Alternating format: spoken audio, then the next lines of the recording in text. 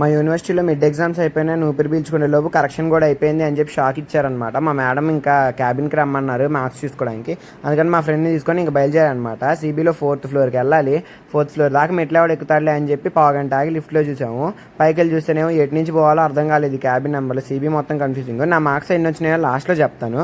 ఇంకా ఖాళీయే కదా ఇప్పుడు క్లాసులు లేవని చెప్పి ఇక్కడ అరకు వ్యాలీ కాఫీ అనేదో పెట్టారు. కాఫీ బాగుంది, ట్రై చేయంటే ఇంక నేను మా ఫ్రెండ్తో కలిసి వెళ్ళాను అనమాట. కాఫీ అయితే బాగానే ఉంది, మీరు కూడా ఎవరైనా కావాలని ట్రై చేయండి, 20 రూపీసే కాబట్టి.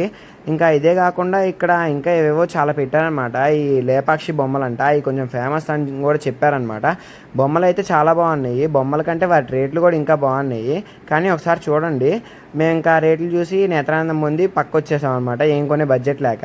ఇంకా తర్వాత ఏవో శారీస్ అవి కూడా పెట్టారు. అయిపోయిన తర్వాత ఇంకా క్లాసులు కొంచెం తీరికే అని చెప్పి సీవీలో కూర్చున్నాము.